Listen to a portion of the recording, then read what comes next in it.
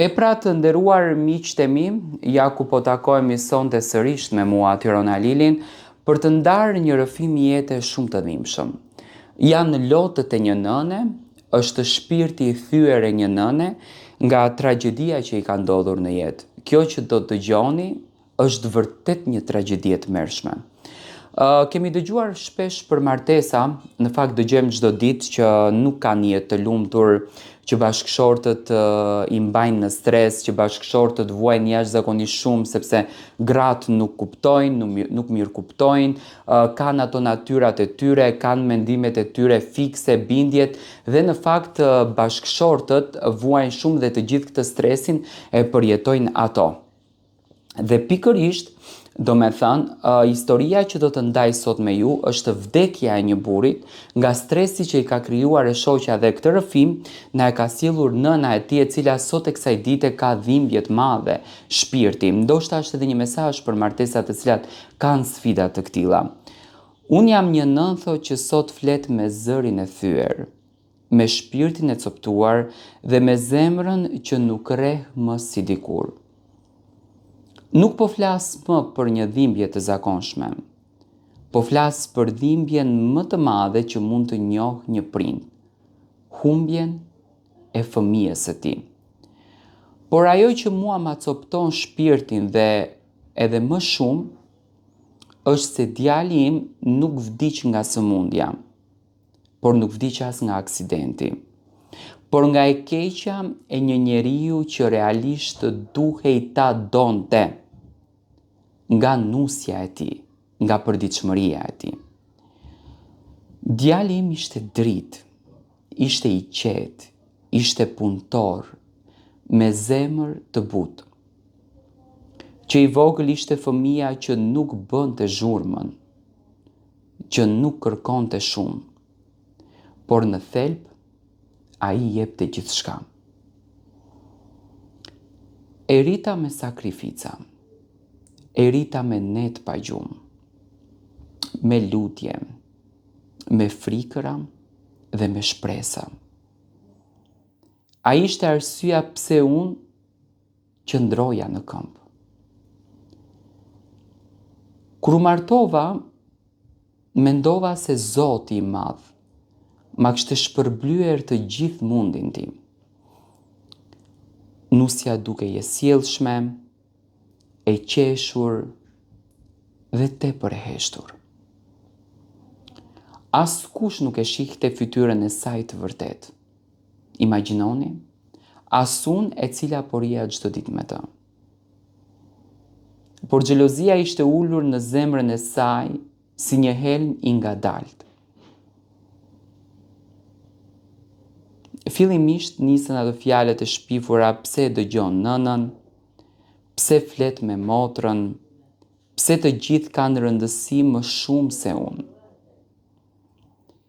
Djalin filloi që të ndryshonte, nuk qesheshte më, nuk flinte më, syt i kishte gjithmonë të lodhur, fytyrën të zbektë dhe unë kur e pyesja më thoshte, jam mirë oj nën, thjesht jam shumë i lodhur shpirtërisht.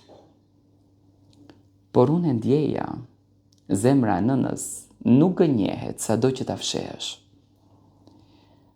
Nusja e izoloi, i alargoi miqtë, familjen, gjakun e vet. E mbushi me fjalë të zeza, me dyshime, me sharje.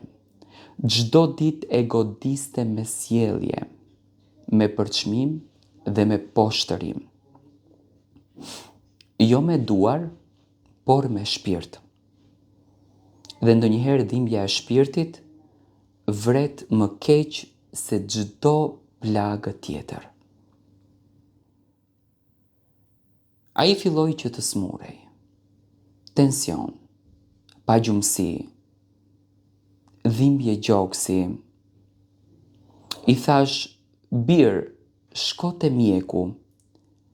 Ai më pa edhe më tha, nën, jam lodhur nga jeta. Ajo fjali realisht më ndjek çdo natë. Nusja nuk e linte të qetë as kur ishte i smur. E ofendonte, e kërcënonte, i thoshte se ishte i pavlerë, se pa të nuk ishte askush.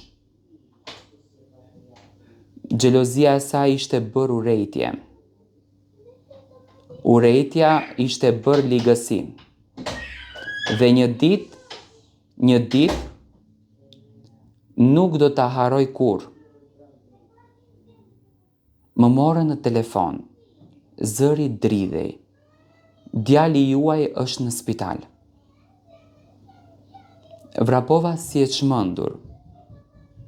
Kur mbërita, ai ishte i shtrirë, i ftohtë, me sy të gjysmë të mbyllur. Më pa edhe më shtrëngoi dorën. Nën, më fal. Nuk munda. Ato ishin fjalët e fundit të tij. Djali im u shua.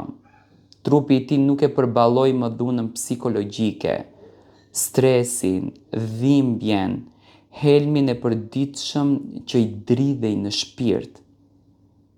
Zemra e tij u dorëzua. Dhe Nusja qëndronte aty pa lot, pa pendes, me një fytyrë të ftohtë sikur të mos të kishte ndodhur asnjë gjë. Ndërsa unë humba gjithçka.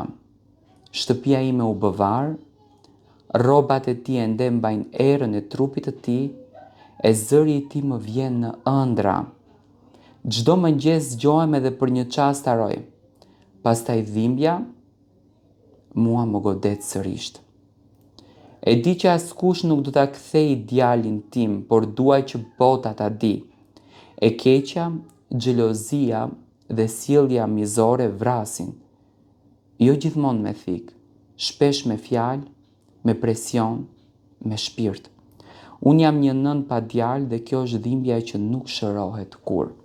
Në fakt, këto janë fjalët e kësaj nëne, e cila realisht e ka përjetuar të merin me sy. Unë gjithmonë kam thënë që nusja nuk është Zot. Nusja është një përzgjedhje që një djalë dëshiron të bëjë jetën e tij.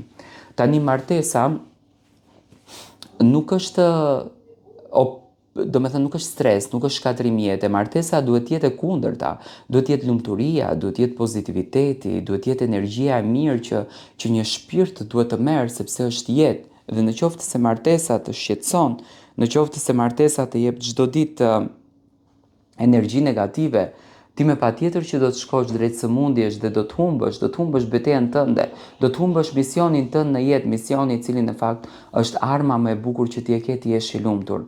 Unë uroj që kjo histori të ndikon në zemrën e të gjithëve dhe nënat mos të vuajnë më në këtë formë.